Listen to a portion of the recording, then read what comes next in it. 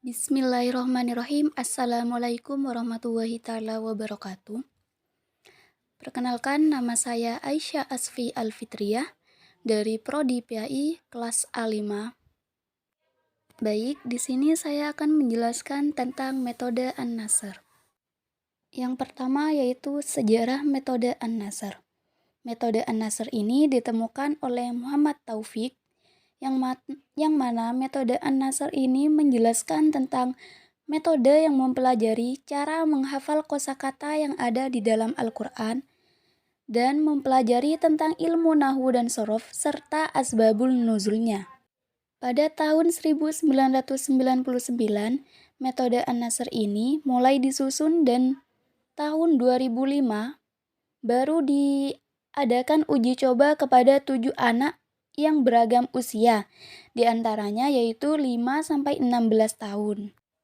Metode An-Nasr ini ditemukan oleh Muhammad Taufik, yang mana beliau berasal dari salah satu dusun yang berada di Kabupaten Malang, yaitu Dusun Patu, Desa Sukolilo, Kecamatan Waja. Sehingga metode An-Nasr ini termasuk dari 2 buku urgen, yaitu buku yang menjadi panduan dan pegangan bagi guru dan tutor. Buku kedua yaitu buku panduan dan pegangan bagi peserta didik.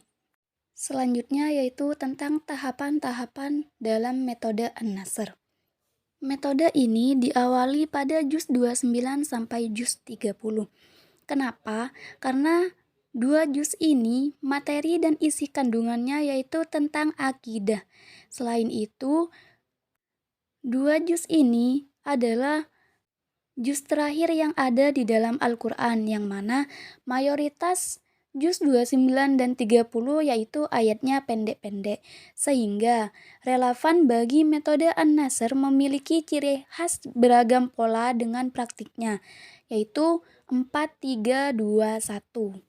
Yang pertama yaitu pola 4-3-2-1, yang mana pola ini digunakan bagi peserta didik yang berusia 7-12 tahun. Teknik pelaksanaannya yaitu yang pertama, guru membaca satu kosakata dan artinya yang lalu diikuti oleh peserta didik sebanyak 4 kali. Yang kedua, guru membaca kosakata seterusnya beserta artinya lalu diikuti oleh peserta didik dengan membaca 4 kali. Hal ini dilakukan sampai bertemu dengan wakof. Yang ketiga, guru memerintahkan peserta didik membaca kosakata dan artinya sebanyak 3 kali di setiap kata sampai bertemu dengan tanda wakof.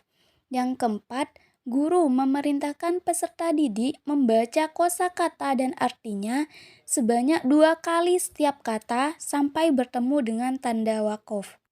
Dan yang terakhir yaitu guru memerintahkan peserta didik membaca kosakata beserta artinya yaitu sebanyak 1 kali di setiap kata sampai bertemu dengan tanda wakof. Yang kedua yaitu pada pola 3-3-2-1, yang mana pola ini digunakan bagi peserta didik yang berusia 2-15 tahun ke atas. Yang pertama, pelaksanaan pola ini, guru membaca satu kosakata dan artinya lalu diikuti oleh peserta didik dengan membaca 3 kali. Yang kedua, guru membaca kosakata dan seterusnya beserta artinya, lalu peserta didik mengikutinya dengan membacanya 3 kali. Teknik ini dilakukan sampai bertemu dengan wakof. Yang ketiga, guru memerintahkan peserta didik membaca kosakata dan artinya sebanyak 3 kali setiap kata sampai bertemu dengan tanda wakof. Yang keempat, guru memerintahkan peserta didik membaca kosakata dan artinya sebanyak 2 kali dalam setiap kata sampai bertemu dengan tanda wakof. Yang terakhir yaitu guru memerintahkan peserta didik membaca kosakata dan artinya sebanyak 1 kali di setiap kata sampai bertemu dengan tanda wakof. Selanjutnya yaitu teknik menjaga hafalan peserta didik. Yang pertama yaitu setelah melewati 12 pertemuan, maka materi yang sudah dipelajari tersebut diulang hingga hafalan peserta didik semakin kuat. Yang kedua yaitu setelah melalui 20 tahap muka, pertemuan atau satu bulan pembelajaran, maka peserta didik dapat mengulangi semua hafalan tersebut. Yang terakhir yaitu peserta didik mengulang materi hafalan baik itu surat maupun ayat yang ada di dalam Al-Quran yang mereka masih lemah tingkat hafalannya, atau peserta didik dapat melihat tulisan dan catatan yang ada di jurnal. Poin selanjutnya yaitu menjelaskan tentang kekurangan yang ada dalam metode An-Nasr. Kekurangannya yaitu bagi peserta didik yang berusia 15 tahun ke atas atau berusia dewasa atau bisa juga orang tua, sehingga metode An-Nasr ini tidak efektif dan relevan bila dilaksanakan dalam proses pembelajaran baik dalam lingkup pendidikan nonformal seperti di majelis taklim.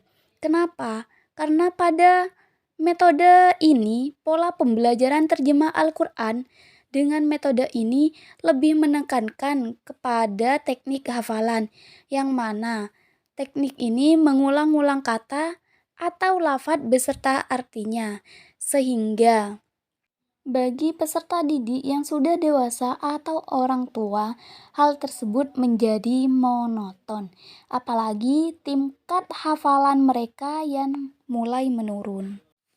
Poin selanjutnya yaitu menjelaskan tentang kelebihan yang ada di dalam metode An-Nasr. Kelebihan yang pertama yaitu dapat menerjemahkan arti per kata, yang kedua dapat menerjemahkan arti per ayat, yang ketiga yaitu menerjemahkan dalam waktu yang cepat, yang keempat yaitu dapat menerjemahkan bacaan Al-Quran dari secara langsung atau secara tidak langsung, misalnya dalam audio, televisi, dan sebagainya. Yang terakhir yaitu dapat membedakan arti kata yang sama di tempat yang berbeda. Yang terakhir yaitu contoh dalam Al-Quran. Pada subbab ini, contoh pembelajaran terjemah Al-Quran diambil dari juz 30, yaitu surat terakhir pada juz tersebut, yaitu surat An-Nas. Akan tetapi, pembelajaran ini disesuaikan dengan konteks usia peserta didik yang mengikuti pembelajaran. Mungkin itu saja yang dapat saya sampaikan. Kurang lebihnya mohon maaf. Assalamualaikum warahmatullahi wabarakatuh.